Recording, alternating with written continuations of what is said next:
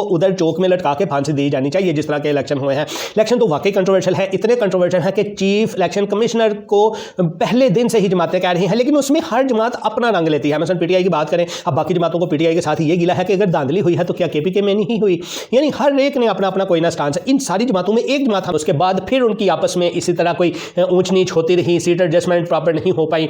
जैसे सदारती सीट की बात है, चेयरमैन सेनेट की सीट की बात है, पार्लिमानी कमेटियों के जो चेयरमैन होते हैं उनकी बात है, उनके हेड्स की बात है, ये चीज़ें अभी चल रही हैं, अपोजिशन लीडर की बात है। इस वजह से कोई प्रॉपर अभी तक अनाउंसमेंट नहीं हो सकी।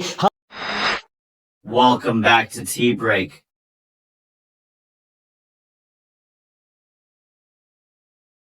अस्सलाम वालेकुम, welcome back to tea break. आपका लुकमान सुलेमानी आपके सामने। व्यूवर्स कैसे हैं आप? ठीक हैं? उम्मीद है इंशाल्लाह ठीक होंगे।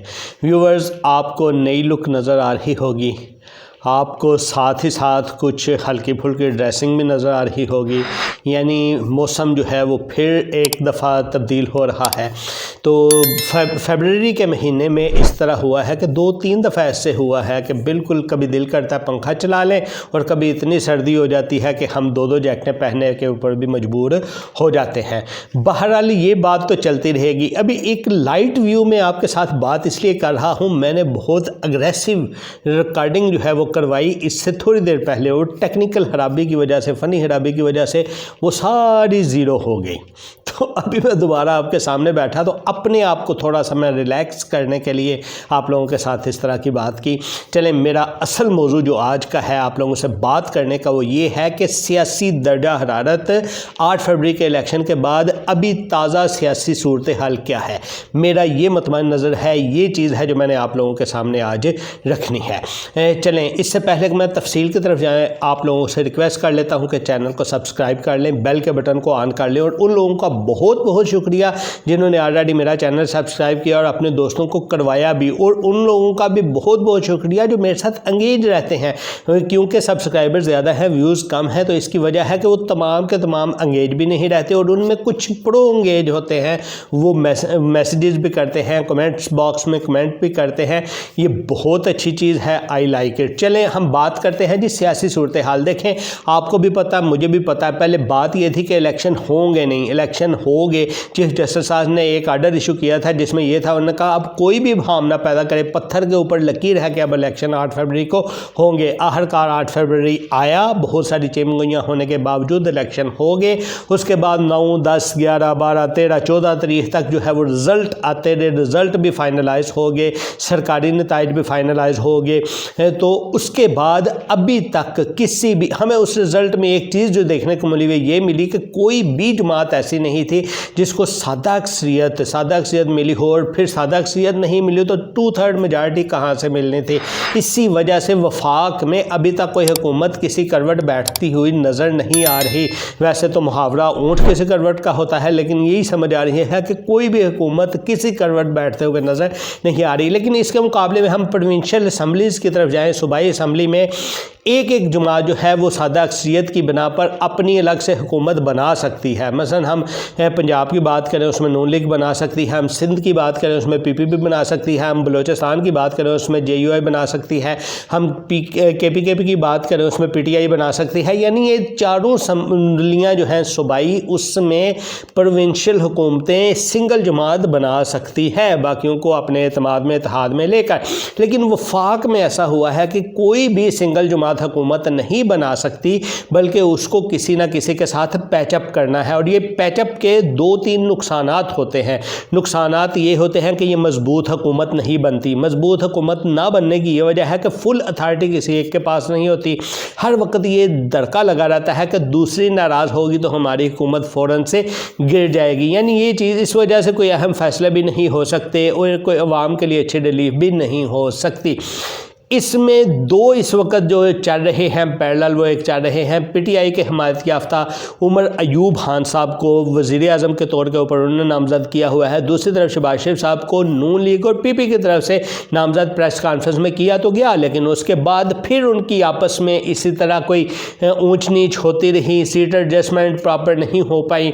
जैसे सदारती सीट की बात है, चेयरमैन सेनेट की सीट की बात है, पार्लिमानी कमेटियों के जो चेयरमैन होते हैं उनकी बात है, उनके हेड्स की बात है, ये चीज़ें अभी चल रही हैं। अपोजिशन लीडर की बात है, इस वजह से कोई प्रॉपर अभी तक अनाउंसमेंट नहीं हो सकी। हाँ, 14 दिन के अंदर अंदर कौमी असम्बली का इजलास बुलाना होता है। आज 13वां दिन हो गया है, यानी आज और कल के दिन में फैसला इंशाल्लाह हो जाएगा। अगर फैसला नहीं हुआ तो फिर बहुत ख़तरनाक खबर है आपके लिए भी और मेरे लिए भी। ख़तरनाक वैसे कुछ अवाम उसको बहुत ज़्यादा लाइक करती है, वो है मार्शल लॉ। तो फिर वो मार्शल लॉ वाली ऑप्शन की तरफ बात जा रही है। इसीलिए मेरी भी सियासी जमातों से पहले ही ये अपील है और बाकी भी जितने हैं वो यही कहते हैं कि जल्दी से अपना कोई ना कोई फ़ैसला कर लें और फ़ैसला करके आप लोग जो है वो हुकूमत बना लें। ऊँट हुकूमत का जो है उसको किसी करवट बिठा लें। उसमें यह है कि कुछ तज्जिया निगार ऐसे भी कहते हैं कि 6 माह के लिए हुकूमत बना लें, 8 माह के लिए बना लें, उसके बाद दोबारा से वफाक में इलेक्शन करवा दें। तो उसमें फिर पता चल जाएगा, चलें किसी जमात को सादा अक्सरियत मिल जाएगी, किसी को हो सकता है 2/3 मेजॉरिटी के साथ मिल जाए, यानी फिर एक कोई मजबूत हुकूमत बन जाएगी। लेकिन पहले ही मजबूत हुकूमतें प्रोविंशियल असम्बलीज़ में बन चुकी हैं और उनको 5 साल तक चलने दिया जाए, ये भी बातें हो रही हैं। लेकिन बातों का क्या है, बातों से तो काम नहीं ना चलना, बातों से काम असल है, अमल करने से काम चलना है। तो अभी तक वो नज़र नहीं आ रहा। प्रेस कॉन्फ्रेंसें भी होगी, विक्ट्री स्पीचेस भी हो गई और उधर से जो है वो मुलाकातें भी होंगी, बल्कि उन लोगों से मुलाकातें होंगी जिनके बारे में एक दूसरे के बड़े अजीब अजीब से नाम रखे गए थे। मसलन डीजल कहा गया था, इसराइली एजेंट कहा गया था, उन सब से भी मुलाकातें हो गई। वो मुलाकातों का मकसद ही हुकूमत की फॉर्मेशन था, लेकिन अभी तक ऊँट किसी करवट नहीं बैठा।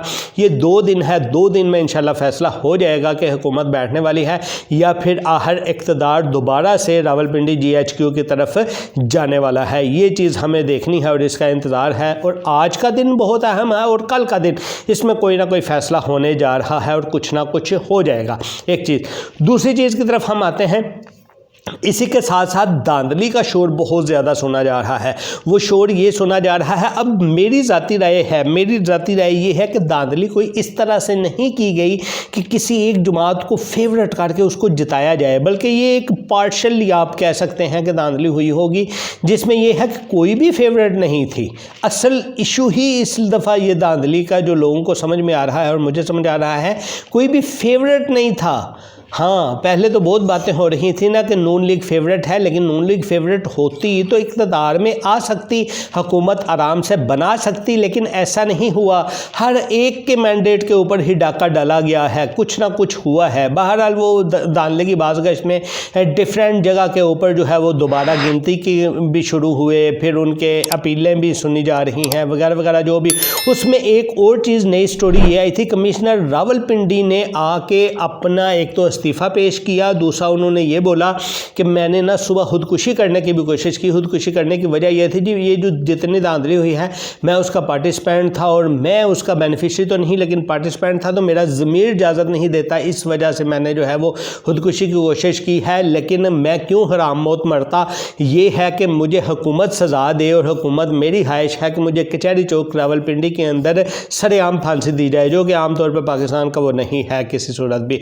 और लेकिन साथ में उन्होंने 2 नाम और ऐड किए और 2 नाम और ऐड करने की उन्होंने तो खैर पता नहीं कोई तुझे बताई या नहीं बताई, कोई भी नहीं अभी तक बता सका। एक उन्होंने चीफ जस्टिस साहब का नाम ऐड किया, दूसरा उन्होंने चीफ इलेक्शन कमिश्नर का नाम ऐड किया कि यानी ये 3 बंदों को उधर चौक में लटका के फांसी दी जानी चाहिए जिस तरह के इलेक्शन हुए हैं। इलेक्शन तो वाकई कंट्रोवर्शियल है, इतने कंट्रोवर्शियल है कि चीफ इलेक्शन कमिश्नर को पहले दिन से ही जमातें कह रही हैं, लेकिन उसमें हर जमात अपना रंग लेती है। मसलन PTI की बात करें, अब बाकी जमातों को PTI के साथ ही ये गिला है कि अगर धांधली हुई है तो क्या KPK में नहीं हुई, यानी हर एक ने अपना अपना कोई ना स्टांस है। इन सारी जमातों में एक जमात हमें खामोश नजर आती है, वो है नून लीग की। नून लीग के जो इंडिविजुअली तौर पे कहते हैं जी धांधली हुई है, लेकिन कलेक्टिव तौर पे उन्होंने अपनी जमात की हैसियत से अभी तक नहीं बोला कि धांधली हुई है।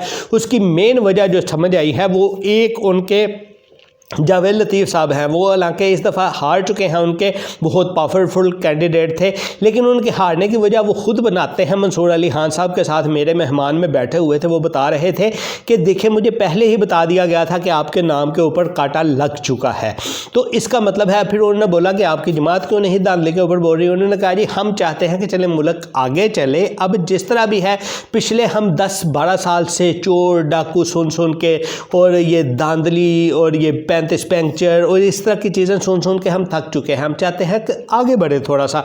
और उन्होंने एक फार्मूला पेश किया और एक समझ में आया फार्मूला, और ये था, कहते हैं जी कौमी हुकूमत बना लें, नेशनल हुकूमत बना लें, और उसमें हो कि 6 से 8 माह के बाद दोबारा से वफाक के जो है वो इलेक्शन करवा लिए जाएँ। प्रोविंशियल हुकूमतें तो ऑलरेडी बन चुकी हैं, मजबूत होंगी। अब ये जो दोबारा से इलेक्शन होंगे उसमें हो सकता है किसी जमात को 2/3 मेजॉरिटी मिल जाए, और हो सकता है, और फिर उसमें धांधली कम होगी। धांधली किस तरह कम होगी, वो ये होगा कि हर हुकूमत कोशिश करेगी कि उसके हल्के यानी उसके सूबे में खूब सख्त निगरानी की जाए, यानी निगरान हुकूमतें सिर्फ वफाक में होंगी। अच्छा, अब बात करते हैं इसी के साथ साथ ही हम कि 2 दिन है ना, 2 दिन फैसला करने के, अगर वो नहीं हुए तो फिर मार्शल की सूरत हाल बनेगी। एक और भी स्कैंडल डेली बेसिस पे आ रहे हैं ना, फिर क्योंकि ये सियासी दर्जा हरारत इतना गर्म है, तो डेली बेसिस पे किसी ना किसी तरफ वोट को बिठाने के लिए हर तरफ जो है वो एक चालें चली जाती हैं। एक चाल ये चली गई जी, लाहौर लक्ष्मी चौक के पास एक प्रिंटिंग प्रेस में जो है वो बैलेट पेपर छापे जा रहे थे, किसके, नवाज शरीफ साहब के NA 115 के हल्के के ऊपर।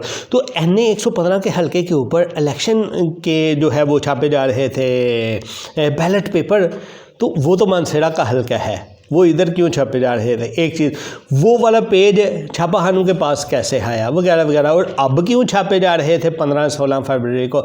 यानी एक अजीब सी चीज़ें क्रिएट करने के लिए ये अजीब सी एक फार्मेशन, और फिर छापे जा रहे थे तो छापे जाने की वीडियो को वायरल क्यों करवाया गया। ये बड़ी स्टोरियाँ, बड़े सवाल हैं इसमें।